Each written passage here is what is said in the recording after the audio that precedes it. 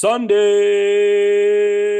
Surefire Podcast. I'm your host, the Commish. Joining me today is the co-host, Aaron Downtown Brown. Hey, hey. And the other co-host, Ethan Weaver. Commish, how we doing? We're doing good, my man. We're hanging in there. Football season is just up on the corner. By the time you're listening to this, the Hall of Fame game will be in the books. So that's big doings. That's almost a big milestone on the calendar. Not so much for the quality of the game itself, but just for what it signals. That it's the first NFL game that's technically on the calendar, and it's the last time we're going to have no football until February of 2024. So that's big news to all of us football junkies. So we can't wait for that. We're excited. We're talking NFC North today. We're rounding out the northern divisions here. We're quickly coming to an end of our road trip here. A couple more divisions to cover, but the NFC North has plenty of guys who are very fantasy relevant to discuss. We're talking studs, the high-profile names that you know, busts, the guys we think that are overvalued at their current draft position. We're talking sleepers, those under-the-radar guys who can make those big differences for you, just getting those really good bargains on those players at their current draft cost. And dynasty sleepers, stashes, if you will, just guys that are really low down the pecking order, very much available to dynasty managers and guys that you want to monitor for future years and park on your teams to hopefully get something out of them, if not late in this season, maybe as early as 2024. So for this exercise, we are using Fantasy Pros ADP. That's current up to the moment for half-point PPR, one QB leagues. So a lot to dive into here. So we'll kick it off here. Ethan, what do you got for a stud for me in the NFC North? My stud is Justin Jefferson, ADP 1, wide receiver 1. Enough said pretty much there. Justin Jefferson's an absolute animal. He had 128 catches on 184 targets last year for 1,809 yards and 8 touchdowns. If healthy, he's going to finish as a top 2 receiver, almost guaranteed. So that's all I have to say about the stud. That is Justin Jefferson. Yeah, not a lot to add here because I have Justin Jefferson as well as my stud. Looking at this division, I mean, you don't really have a whole lot to choose from other than like the guy that I think Kamish is going to say next. So, yeah, JJ. I mean, I think he's just safe in all areas of the field, all facets of the game. Don't even hesitate if you got the first pick. He's pretty safe at that 1-1. There's never a bad time to draft Justin Jefferson. If he slips to you at 2, you should consider yourself fortunate, and you should gobble him up right there. That's how much of an absolute beast this guy is. So nothing else to add on him. The only other stud in this division I wanted to talk about here was Amon-Ra St. Brown of the Detroit Lions. His ADP is currently 21, good for WR 10 off the board. And at WR 10 for him, I could honestly make an argument that he's actually priced a little bit too low, and there may even be some value in him right now at his current ADP in the back end of round 2. He was 8th among wide receivers in targets in 2022, and he plays on an offense that was sneakily number 5 in the league in points per game last season. He also finished WR 8 overall last season in scoring and did so with only 6 touchdowns scored. If he gets even a little bit of a bump in the TD department, which is very much possible in a high-scoring offense, we're talking about a guy who's going to be a top 5 producer at just 24 years of age this season. He's stepping into his prime, his best years ahead of him. And the fact that you can take him in the late second round and add him to a top 5 player that you drafted in round 1, and then kind of be back on the clock quickly in the early part of round 3, that's just a great build for you if you're starting your draft. So if I am sitting on an early pick in my redraft leagues this year, and Amon-Ra is hanging around on the board when I come up with my second pick, I'm not going to be on the clock very long. I'm going to be scarfing him up there at that value and just building what I think is going to be a wagon of a squad and taking down the championship this season. But that's a quick run through of the studs that we're talking about here. So let's quickly go into the bust category here. Aaron, who are you down on this year? Who's not going to live up to their draft cost right now in the North? Oh, I'm going to start off hot here, and it may be an unpopular opinion, and sometimes I'm good at having those. But I'm actually going to go with Justin Fields. All right. ADP 42, 6 quarterback overall off the board here.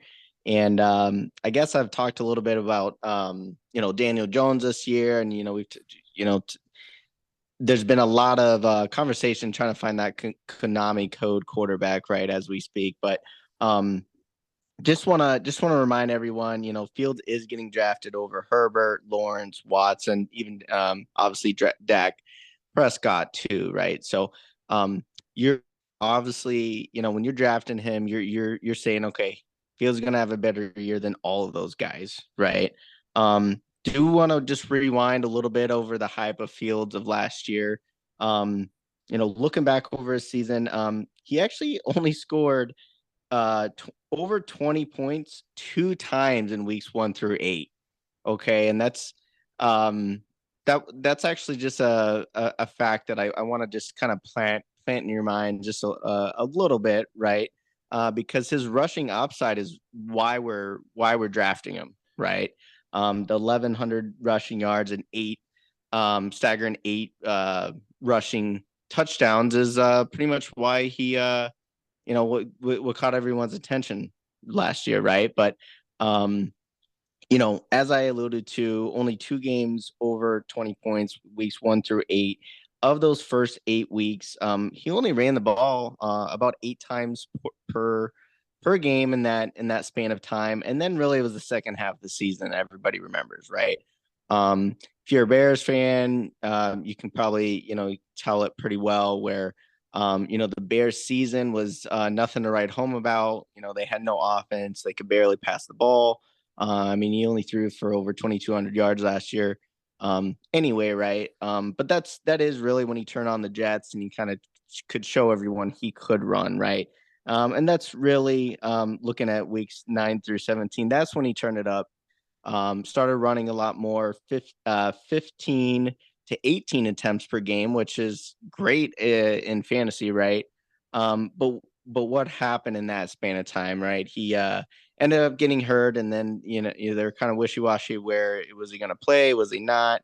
They were so far behind in the division that it didn't even make sense for him to play. So, we talk about injuries a lot. I know we want to just swing for the fences, but really to him to get there, he really had to completely turn around and actually just run kind of unnecessarily, right? Looking at a lot of those games when he was just running out of his mind, I think even the coaches were mentioning they kind of just turning the turning it loose, not really like a repeatable performance you can really count on week to week. They really had no running backs at that point in time. Montgomery, wasn't really being effective in the offense as well, and they were frankly just punting, right? So fast forward the clocks to this year. Or I'm sorry, actually, all that work, and he actually only scored 1 point more than Trevor Lawrence and only 5 points more than Kirk Cousins. So all that he had to do in that second half of the season just to score 5 more points than Kirk Cousins.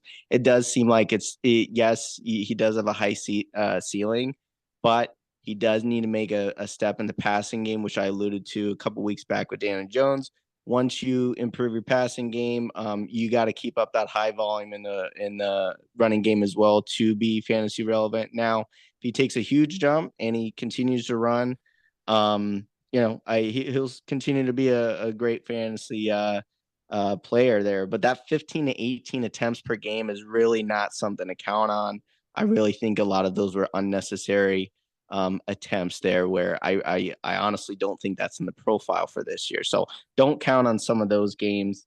And then kind of just going back to where I started with, where all that work you can kind of get it safer options with Lawrence, Herbert, and even Deshaun Watson that rushes as well. So that's kind of my spiel with Justin Fields this year. I think as a football player, he should improve. I think the Bears offense should be a little bit more exciting. But really those obnoxious weeks and weeks he went nuclear, it's tough to repeat that performance again. Ethan, talk to me about where you're at on the field. I really like Fields in redraft. I think in Dynasty, I actually just took him in one of my startups. I think I obviously see the risks with him as he hasn't really shown us a ton in the pass game. But in redraft, I think Fields is the perfect quarterback that you want to draft. I mean, he has all the upside in the world. I mean, those nuclear weeks are what in my opinion, what you're looking for in redraft. I mean, he was QB7 last year. He missed 2 games. And his first 4 weeks were pretty terrible. I mean, he finished QB 20, 27, 31, and 26 through the first 4 weeks. And then he just took off after that. I guess week 5, he started to ramp up being QB 13. And then we're talking about finishes of 8, 5, 5, 1, 1, 7, 5, 7. And he was running like a man possessed, like Aaron said. But I do think this offense is going to take a step forward. They put weapons around him with DJ Moore. Darnell Mooney's going to be back and healthy. They traded the 32nd overall pick for Chase Claypool. They brought in Deontay Foreman. They drafted Roshan Johnson in the 4th round. Khalil Herbert's there. They just extended Cole Kmet. I think they have the pieces around Fields, and if they had the least amount of pass attempts in the league last year, I mean, that's going to go up. I do think Fields is going to improve in the pass game, and if he can improve in the pass game, I think it's going to just create more rushing lanes. Defenses knew Fields really only the only way the Chicago Bears were going to basically score points last year was with Fields' legs, and they still couldn't stop him. He was what he was doing with his legs last year was absolutely insane. And I love that kind of upside of my quarterback, especially in redraft. I would take him over Lawrence, Dak, and Watson very easily in redraft. I mean, depending on the scoring settings, if it was 6 points to pass and touchdown, I'd probably take Herbert just because I think with Kellen Moore, he's just going to go nuclear. But I think it's close between him and Herbert. But yeah, I'd take Fields at that ADP pretty easily. I'll chime in quickly on this. I would also take Fields over all the guys you mentioned, except for Herbert. In fairness, those guys are going back to back in ADP at the moment, so meaning Fields and Herbert. So it really is a toss up between those two. I won't argue either way on those two. I'd certainly take them above the other guys. And this is the first range of the draft where I'm looking at it like, okay, it's the end of the 4th round. I'm gonna be on the clock again here in a couple of picks. So 4th, 5th round borderline, I can grab my stud quarterback in Fields. And if it doesn't work out and he does get hurt, I mean, quarterback in 1 QB league is a very streamable position. So I can add my high upside guy. And maybe even with my last pick, maybe I take one of these other upside QBs that are going really late just to kind of get a little bit of a security blanket on my roster. It's easy and affordable to do that later in drafts. So I love Fields as well for redraft. So I guess it's a 2-1 on Fields here. But Aaron, I'll give you any last words you want to have on this before I move on to my bust in this division. No, I mean, I definitely knew what was coming when I brought him up as a bust, right? But I just looked at how extreme the Bears changed their offense last year. It's tough to repeat it when they're adding weapons to the passing game, and it's going to change again. So like those plays he was taking off and running, yes, he's going to use his legs a lot, but like I said, they were almost unnecessary last year and almost to the extreme of 18 to 20 rushes a game. It's not really feasible to really look for that for a whole season, in my opinion. If you do, quarterback's probably getting hurt. So just a call out there. But, obviously we know he's got such a high ceiling having those weeks. And then if he can throw some touchdowns to DJ Moore this year, yeah, definitely has the upside there. But also a call out if you wanna compare him to the Herberts or even Lawrence, who should actually even take a further step from what he did last year as well. Sometimes I think Aaron just likes when we yell at him. He loves it. He's like, you know what I'm gonna do? I'm gonna sit here and I'm gonna come up with a guy where they're gonna yell at me. This is gonna be fun. The guys I know you like. yeah. And it's all fun when you do that. I will just say though, I guess I'll take the last word on Fields here because I'm the host and I said so. But I guess the point here is like, yes, like sure, when you throw more, you do tend to rush less. That is a factor. However, I think that this total yardage pie for the Bears offense has nothing but room to grow. They were bottom 5 in total yards last year. So sure, even if he had 1,100 rushing yards last year. Say that comes down to like 800, even 700. That's still a ton of yards for a rushing quarterback. Like, what if he takes a big step now that he has some weapons to throw the ball to, and he has 3,800 passing yards, and he only had 17 passing touchdowns last year, so he could take a jump in that department too. I just think there's more room to grow for Fields this season, and I think that with it being a make or break year for him, There's a reason the Bears drafted number 1 overall last year, so it's a big season for Fields, and I think he takes a step in his development because he has to, or they might start thinking about getting another quarterback in the distant future. But that's enough on the Fields conversation here. Let's go to another bust. Let's go to a guy who's actually had a couple different stops in the division early in his career than TJ Hawkinson, who's currently going ADP 40. That's good for tight end 3 overall. And like most guys in my bust category here, I typically like to talk about guys who are good players that people know, guys that I want on my teams. I just don't necessarily like the position in the draft that they're going in. So that's what I'm doing here at pick 40 for Hawkinson. Still early stages of the 4th round. You're probably still hammering wide receiver or running back. Maybe you're thinking about one of those elite level quarterbacks here. And I know Hawk was tight end 2 last season, and that's great, but let's zoom out and look at his season as a whole. He had 2 massive blow up games where he scored a combined 65 points. And those weeks were phenomenal, but they were his only top 5 tight end finishes on the entire season. If we look at the guys who finished around him on a points per game basis, we see Andrews and Kittle both scored better than him on a per game basis, and guys like Ertz and Goddard were less than 1 point behind him. Ertz and Goddard and Kittle are going behind him in ADP at the moment. Andrews is just ahead of him. But the point being here that there wasn't a massive gap at all between tight end 2 and tight end 7 last season. And also factor in that when Hawkinson landed in Minnesota last year in week 8, his primary competition for targets behind Jefferson was a rapidly aging Adam Thielen. And let's take out week 18 here, where the Vikings didn't play their starters a ton in that game, and just look at weeks 8 through 17, the week Hawkinson arrived through the end of the season for the starters. And over that span, Hawkinson saw 10.6 targets per game as a Viking. Adam Thielen saw only 6 targets per game over that same time frame. And as we know, Thielen has moved on. He's aging out, and he's out the door here, and he's being replaced by a first-round pick in Jordan Addison. And even as a rookie, I look at Jordan Addison as a higher level of competition for targets in 2023 than the 2022 version of Adam Thielen that we saw at the end of his career. And this is not a case of me being looking at a team that's likely to throw more going forward. Minnesota was actually 3rd in the league in pass rate at 64% in 2022. So the best case scenario here for this offense is that they pass the exact same amount heading into 2023. So I think that target pie, Jefferson is obviously the man, like we said, but then I think that secondary pie is going to get divvied up a little bit differently than it was last season, with more of it slanting towards Hawkinson, or slanting towards Addison rather, and a little bit away from Hawkinson. So I like the player. I think he's going to have a good season. I just don't want to spend a top 40 pick on him in redraft, especially with so many wide receivers and running backs that I like left on the board in that territory. So let's kick it back to you, Ethan. Where are you at on Hawkinson for 2023? I do like Hawkinson, but I do agree with a lot of your points. When you just look at the overall finish of tight end 2, you look, oh wow, Hawkinson was an absolute animal last year. But as you said, he was propped up by his 30-point game in week 16, in which he was tight end 1. But looking at his scores when he went to Minnesota, he really only he had 3 or 4 games over 10 points. So, and that's the thing with the tight end position. All it really takes is one massive week, and you're like a top 8 tight end overall. So I do like Hawkinson. But I definitely see where you're coming from, especially with the Addison call. We're going to talk about Addison a little later. Addison, I think, is a much better player at this point in his career than Thielen was. And I think he's going to eat into Hawkinson's targets over the middle.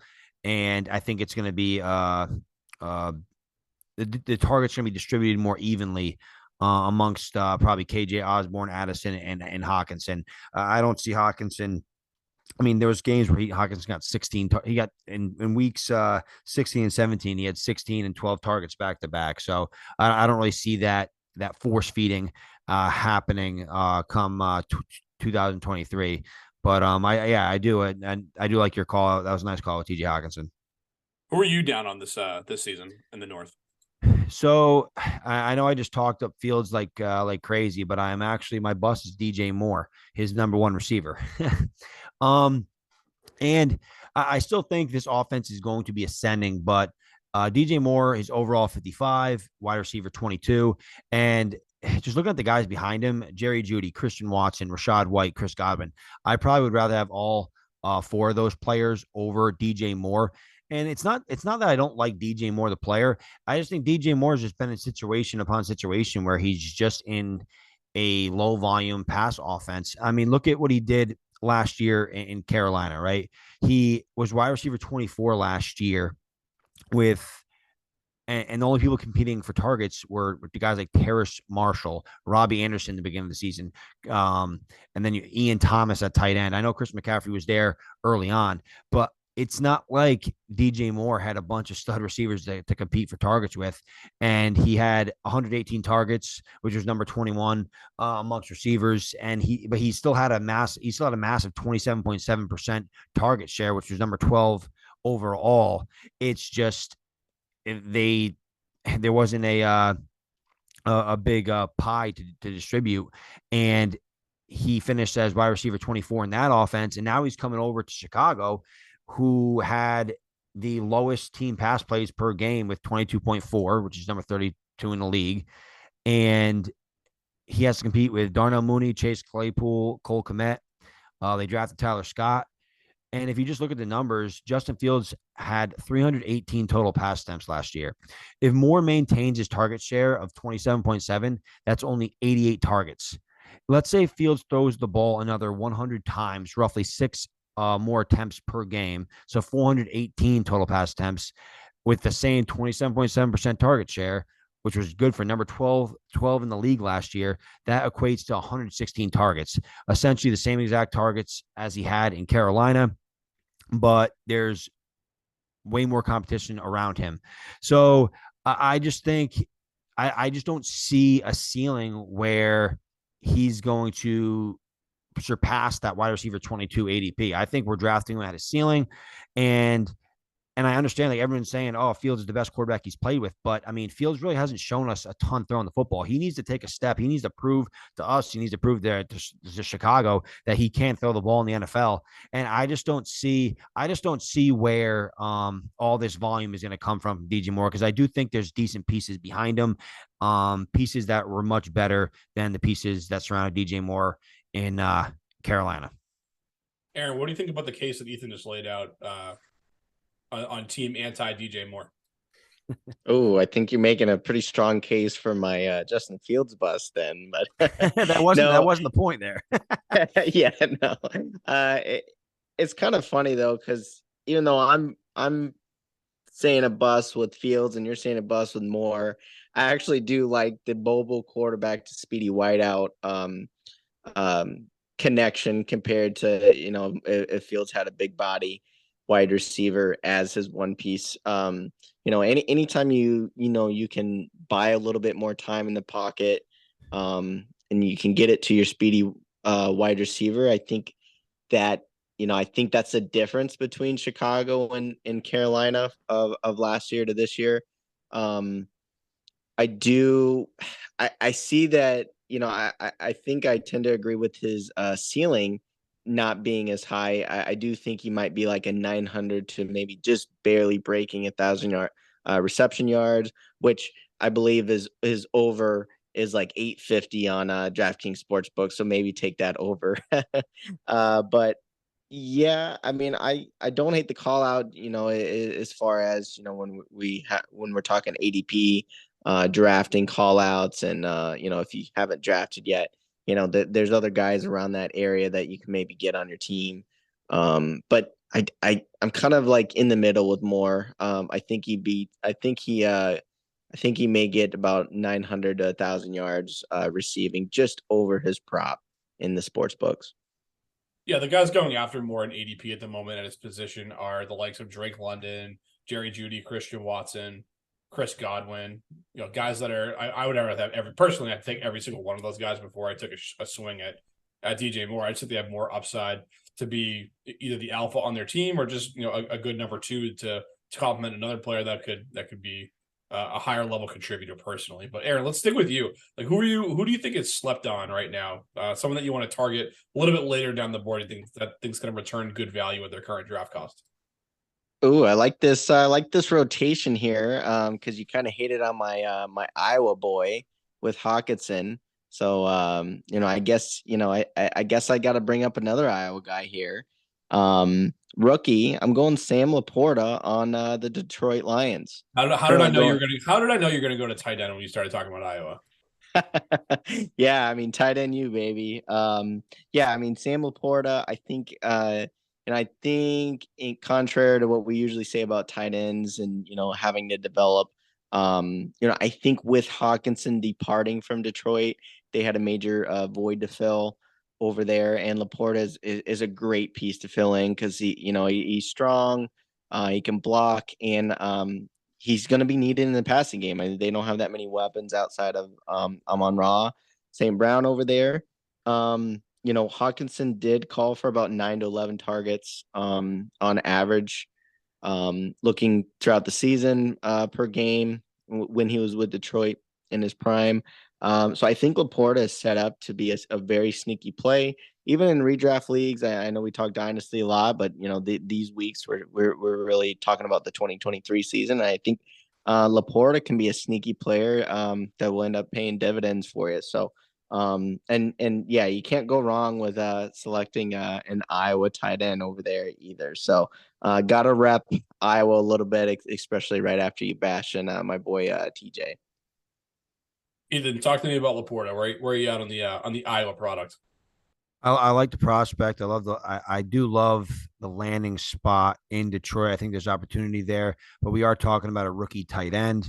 But there is opportunity. I believe the Detroit Lions had the most touchdowns scored by tight ends after the departure of TJ Hawkinson. It was just compiled with from multiple tight ends. So Jared Goff was looking at the tight end once they got in the red zone. Laporta's clearly the best tight end on their roster. He's very athletic. I think he can do great things in the pass game. I guess the only concern I would have with him is he's kind of competing in the same kind of area as Amon Ra. Amon Ra has a very low A dot. He doesn't get a lot of air yards. So we know Amon Ra is going to be flirting around the middle of the field all the time. So maybe they can get Laporta down the seam a little more. But I mean, as Aaron said, right off the gate, there's not a ton of competition for targets in Detroit as Jameson Williams is suspended. And I know they brought in Gibbs. They just traded for Denzel Mims, but we'll see what Laporta can do. It's always a risk betting on a rookie tight end in redraft. But by all accounts, he's been having a pretty good offseason with the Detroit Lions. Yeah, we'll see on him. You never know with the tight ends, like Ethan said, but we'll keep him posted. He has the opportunity right out of the gate, which is nice. So we'll see how that pans out. Ethan, who is someone that you think that the dynasty or the redraft community is snoozing on at the moment? I think Jordan Addison has a chance to beat his round 8 ADP of 93 overall, wide receiver 39, so a wide receiver 4. Like we discussed earlier, I think Addison is a much better player at this point in his career than Adam Thielen. I do think he's going to command targets. Thielen had 107 targets last year, 17% target share. KJ Osborne had 90 targets. So there's definitely targets available for Addison to gobble up in that offense. The Minnesota Vikings, they've been able to have multiple top end receivers in this offense with Thielen and Jefferson. So I don't see how Addison can't have a better year than Thielen did last year right off the rip. I mean, we're talking about a Blitnikoff winning player out of college, first round pick. They definitely have plans for him. I know when we discussed the player profiles when we were discussing rookies, I essentially said that out of all the receivers, I thought Addison, even though he wasn't particularly my favorite prospect, there was definitely a world where he ends up being the highest scoring rookie of any receiver in the 2023 class this year, just because I think he lands in a perfect opportunity in Minnesota where he can be the clear number 2/3 target. He's got to compete with Hawkinson there a little bit, but I think Addison has the skill set to command a lot of targets, and he's going to get a lot of one-on-one coverage with obviously the defense skewed to Justin Jefferson. So Jordan Addison's a player that I think can smash his round 8 ADP and could be a PPR machine. Yeah, in round 8, give me all the shares of Jordan Addison that I can get my hands on. Yeah, especially with some of these rookies, people are kind of a little hesitant to draft them in your redraft formats.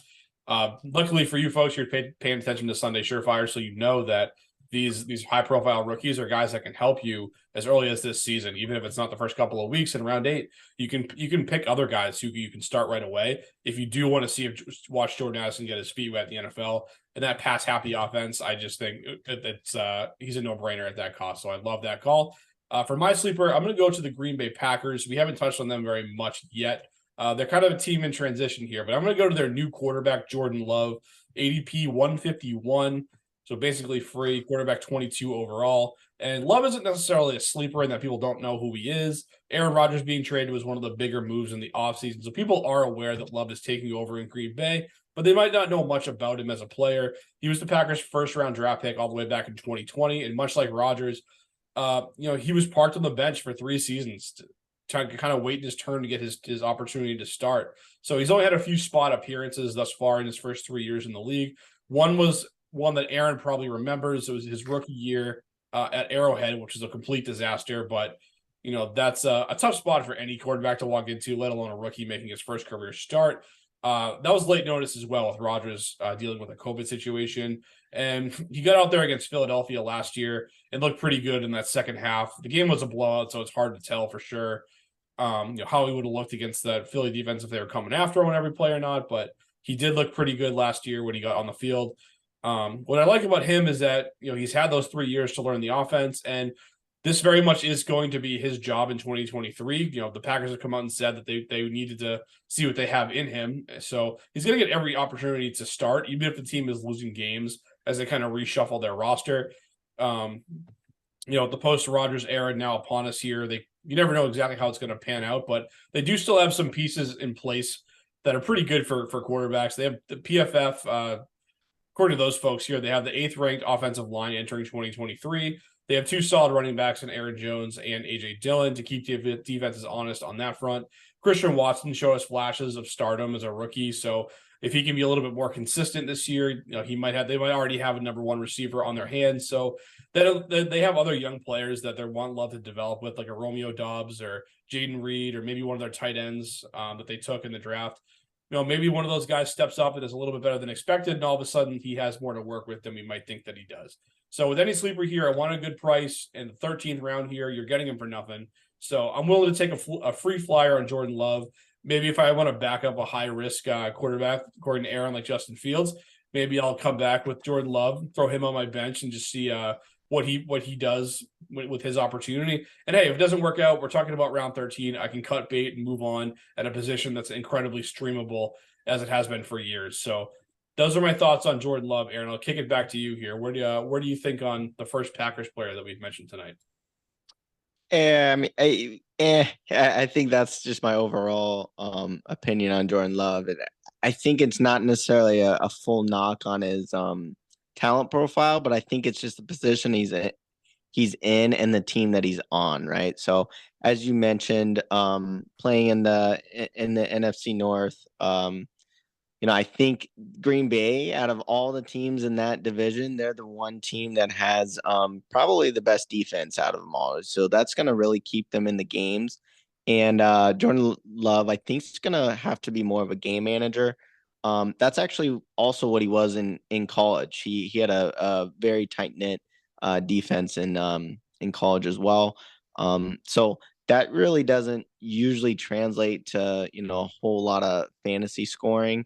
But like you said, I mean, if he's on your bench, if you need him to fill in for, your QB1 on your team, you can definitely throw him in there certain weeks, but I'm not too high on Jordan Love overall, just because the reasons that I mentioned there. Well, I guess the one other thing I'll point out on Love that I forgot to mention is, speaking of the division that he plays in, last season, all 3 of the Packers' divisional opponents, the Bears, the Vikings, and the Lions, were all in the bottom half of the league in passing yards allowed. And Detroit and Minnesota particularly were actually in the bottom 3 in the league in passing yards allowed. So they those teams, they give up a ton of yards through the air. So I think it could be more of an opportunity for Love to throw the ball, just combine what they have to see with what they have in him.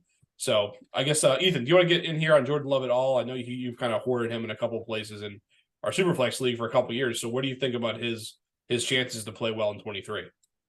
I like his profile coming out. He had the first round capital, and obviously the Packers waited 3 years to give him an opportunity, and now he has it. So I'm excited to see what he can do. I picked him up on the cheap in a couple of my Superflex leagues, so I'm very happy that investment is working out thus far. We'll see what he can do, but Jordan Love can sling it. I don't think he's gonna have to give us too much on the ground, but we've never really seen him play a full season in the NFL. So I am excited to see the Packers without Brett Favre and Aaron Rodgers. So we're in uncharted waters. It's been a Hall of Famer after Hall of Famer in Green Bay for a long time. So who knows? Let's see if Jordan Love can make it 3 for 3. Yeah, Jordan Love's the first Packers quarterback to start a game who's not named Aaron Rodgers or Brett Favre since 1992. So it's been a long time since they've had one of those two guys not start for them. But speaking of uncharted waters, Ethan, who's the guy on the dynasty landscape that you're high on, but you can get him really cheap and you want to kind of hoard him on the end of your bench for now? I wouldn't even say I'm really high on this player, but I do like the opportunity he potentially has, and that is Dwayne McBride, running back, Minnesota Vikings. He's free in drafts. He's going to go undrafted, but he was their 7th round pick, 222nd overall. He's 5'10", 215 pounds, so has the requisite size to be a grinder, be a goal line back for the Vikings. And I'm just looking at the depth chart right now. The Vikings have Ty Chandler and Kene Nwangu in front of him, outside obviously Alexander Madison. And Kene Nwangu has 28 carries in 2 years. They drafted him in the 4th round in 2021. Scott Chandler was a 5th round pick last year. He has 6 carries on his resume, no targets. So not a lot of experience in front of him. And Dwayne McBride had a very good career at UAB. He had 3,523 yards, 36 touchdowns on 484 carries, which is 7.1 yards per carry in 31 games.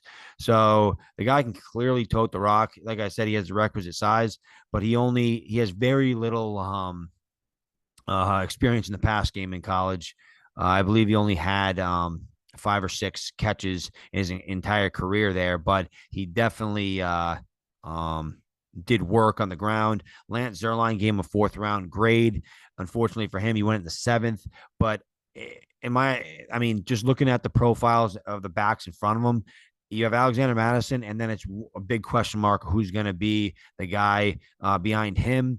Whoever that is, it could be a decent role on that team. And if Madison goes down, you'll have typically over the last couple of years. I mean, look at Madison's been a great handcuff to Dalvin Cook, and you usually get 2 to 3 games every single year over the last 2-3 years where you're playing Madison and he's an RB1, high end RB2 in that offense when Dalvin Cook is down. So I think Dwayne McBride, just looking at the roster, can beat out the 2 backs in front of him and secure the number 2 role behind Alexander Madison. I'm not going to say that this is a bad call as a dynasty stash for the reason you mentioned, the opportunity, which for a running back is what you're looking for, particularly the guys drafted later on towards those later rounds. And certainly this guy, drafted in the 200s in the 7th round, Dwayne McBride. The reason I'm not saying I don't want to throw this dart. The reason I think I'd rather throw a few other darts is the passing game usage that you mentioned. He caught 5 passes in his career. Comes from a smaller program, and if I look at what the team does, I mean, they were 3rd in the league. They were 3rd from the bottom in run rate last season. So for a guy who doesn't contribute much in the passing game, he's really just a thumper on the ground. Like, I'm just not sure exactly where he's going to get his opportunity. And those 7th round guys are so replaceable too, where like if Madison has a good year, they could even move on from him. And it might look like wheels up for McBride and they just kind of grab someone else as a free agent or someone else in the draft too. But I'm not going to, I just ripped it a little bit, but you can do a lot worse than this guy. If the opportunity's there, great. And if it doesn't work out for him, like, you could just move on to someone else here. Anything else you want to go add on top of McBride before we go to Aaron's dynasty stash, Ethan? Yeah, no, I agree with you completely. Seventh round running backs are given most times zero opportunity. I'm almost just looking at it as a 2023 lens and just seeing the depth chart. And in just in my estimation, I don't think I do think there's a realistic possibility where he does get an opportunity. But no, I 100% agree with you that these running backs in the seventh round are a dime a dozen. Most of them never ever pan out. Obviously we had Chris Carson, seventh round pick. He was one of those grinders, and he worked out pretty good. But in 2023, that depth chart is just so wide open. I just don't think it's a bad stash for this year to keep on your bench, see how it kind of plays out, and if it works out for you, great. If not, you can cut them loose. When Aaron hears seventh round running back for the rest of his life, all he's going to think Isaiah Pacheco. Oh yeah, I forgot about Pacheco. him too. No, it's funny. It's funny we're talking this much discussion over McBride, but I think it's because, as you mentioned, that Madison was like the handcuff of the century, right? He was such a stud behind Dalvin Cook that, in daily fantasy or just in regular fantasy, if you had him on your bench, you couldn't wait to play him if Cook had to sit out or something. So I think it just is a question in Minnesota who's going to be the new handcuff. I actually like Nwangu.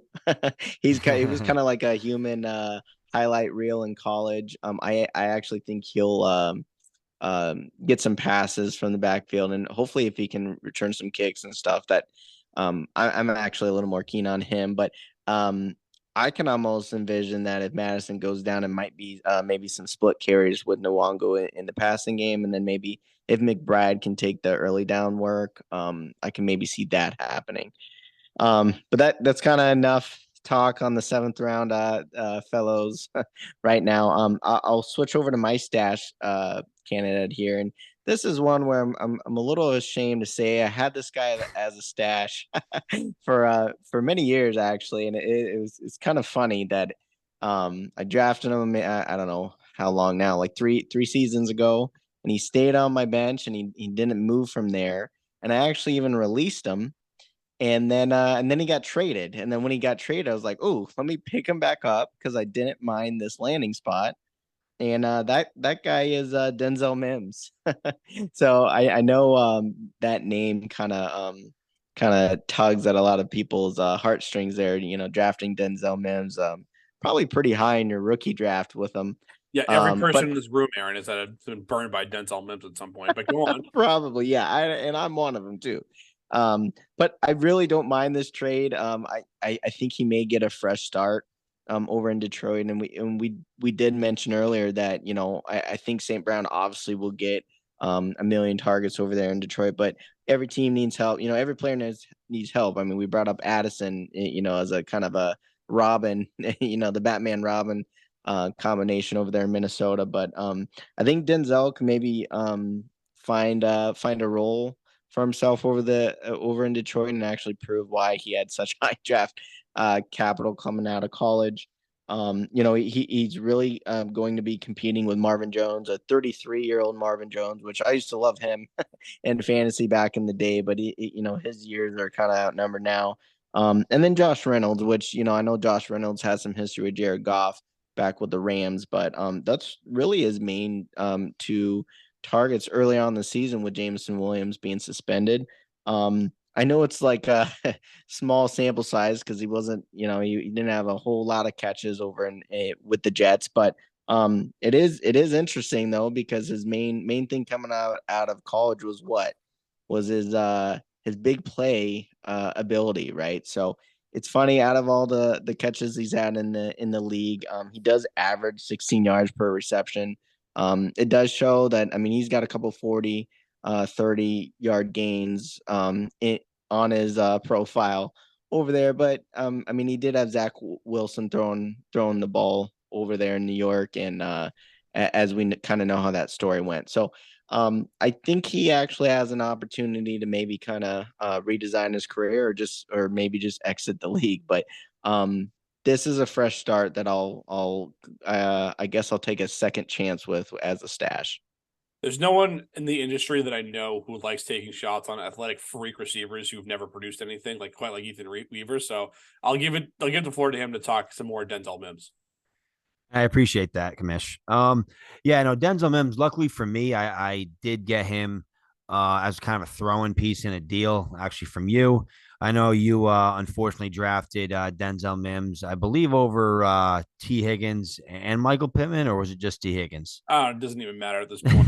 Ayuk was definitely on that list too. So Oh yeah, no, Ayuk, yeah, Ayuk I, is definitely on that list. I get bad taste in my mouth when I hear the name Denzel Mims, but I am still holding out shares for him elsewhere too. So like if it works out, great. But yeah, I swung and missed on some good producers years ago. Yeah, yeah, no, it happens to the best of us. But no, as you said, he is an athletic freak. I mean, 4.38 40, 38.5 inch vertical, 10 foot 11 inch broad jump. I mean, at 6'3", 207 pounds. That I mean, I'm starting to get away from these profiles because I feel like they never work out for me. But I do think he has an opportunity to be the field stretcher early on if he can beat out a guy like Marvin Jones and Josh Reynolds. I do think Josh Reynolds is going to have a good opportunity to be that number two receiver right off the rip. But Denzel Mims is a receiver that gives them a little bit of a different profile than obviously those other two because he is a larger speed guy. He can probably fill that Jameson Williams role the best out of anybody on that roster. So I'm hoping Denzel Mims gets an opportunity. I know he was screaming for an opportunity in New York, and that wide receiver room was just so crowded. So I'm not expecting a lot, but I mean, yeah, like you alluded to, these whatever year it is, fourth year, fifth year breakouts usually don't happen. They don't. That's why for my dynasty stash, I'm going to a first year wide receiver in Jaden Reed, coming off the board anywhere between the late second and mid third round in rookie drafts. He very much is attainable for managers regardless of your build. And I did just mention that I'm intrigued by Jordan Love in his first season as a starter. And the depth chart is wide open beyond Christian Watson. Randall Cobb, he's moved on, as we know. He followed Rodgers over to the Jets. The slot job very much is up for grabs. And in 2022, Watson played just 30% of his snaps out of the slot. Romeo Dubs, who's kind of at least for now, in the lane of the second receiver out there, played just 18% of his snaps there as a rookie as well. So if Reed can lock down the slot role right out of the gate, at least in 3 wide receiver sets, he could easily, become a security blanket for an inexperienced quarterback who might be looking to get the ball out of his hands quickly. And he can also provide a spark on kick returns too. If you look at some of the things he did at Michigan State, he was very much electric in that area of the game. So just an opportunity for him to showcase what he can do. You want your rookie wide receivers to get a chance to play early on. I think Reed is going to get that chance right out of the gate.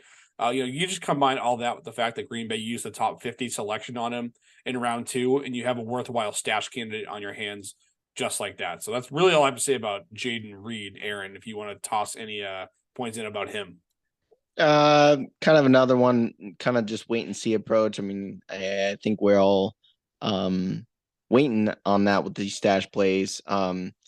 It's kind of tougher with the profiles like Love, like I mentioned in weeks prior, that if it's, I think it's going to be a whole lot of maybe first option and then maybe checking it down to Aaron Jones this year. So I don't know how many opportunities he will have. So hopefully he makes the best out of every one of them and maybe gets some touchdowns on his profile, and that kind of sparks him up a little bit. But I think those second, third, fourth options on the team are for a player like Jordan Love. I think it's going to be a little bit tricky, but we'll see. Hopefully, he has a couple big highlight plays that keeps him on the roster. Ethan, any final thoughts on Jaden Reed?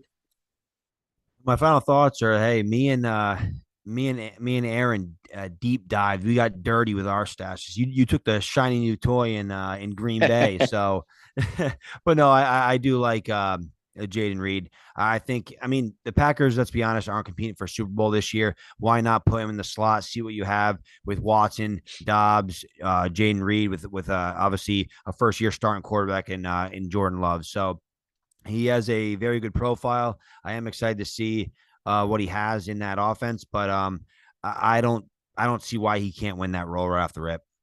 I don't know about you guys, but I used to love opening my shiny new toys on Christmas morning.